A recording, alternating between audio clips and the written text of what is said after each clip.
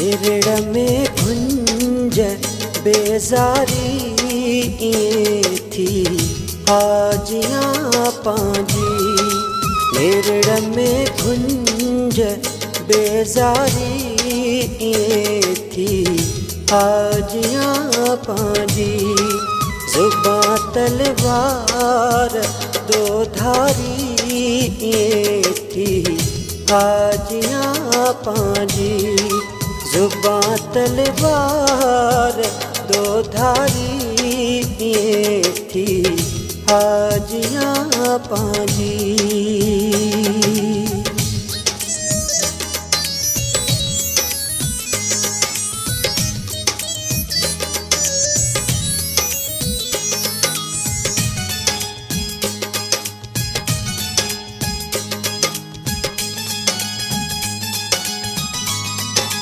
तेरी तड़पी टुटियूं सोचूं उजड़ थी ख्वाब दी बस्ती।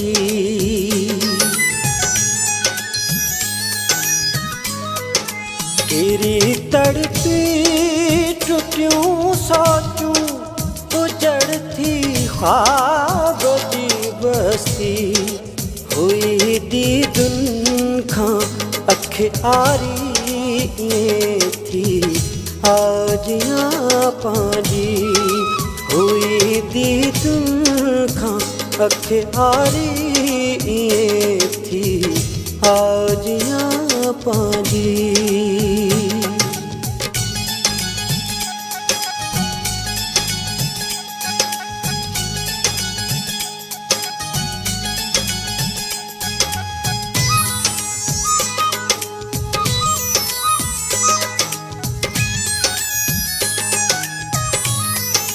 फिर है जो पहर हो लेकिन घणी अख जियां ॾिठम हुन दे।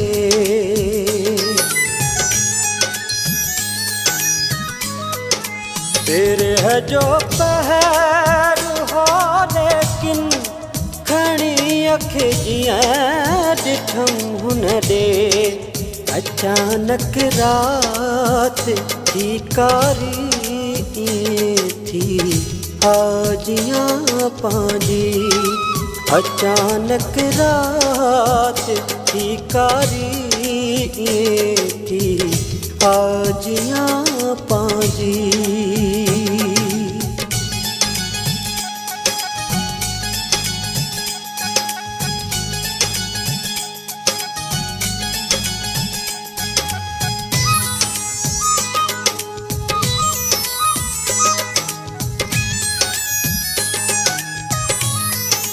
सिंधु सिक जो ॾिसण ख़ातिर अव्हां जे दर ते जीअं पहुतुसि।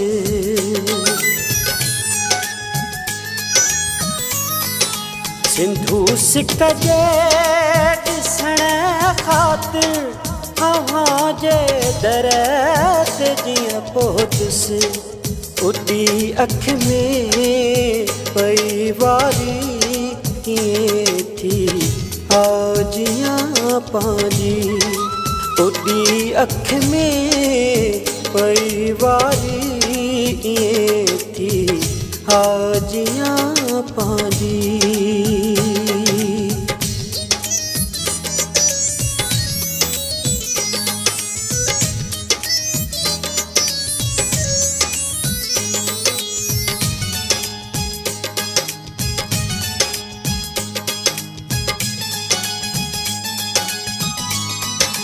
खिलण जूं ख्वाहिशूं दिल जे धुबण में थी दफन वेहूं।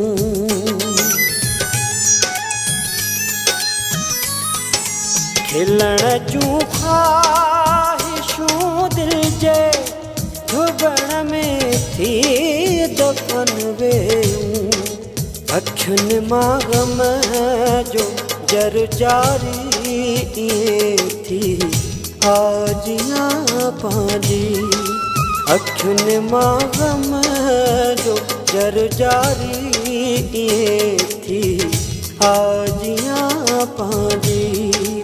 जुबां तलवार दो धारी थी हाजियाँ पाजी नेरड़ में गुंज बेजारी थी हाजियाँ पाजी नेरड़ में गुंज बेजारी थी हाजियाँ पाजी।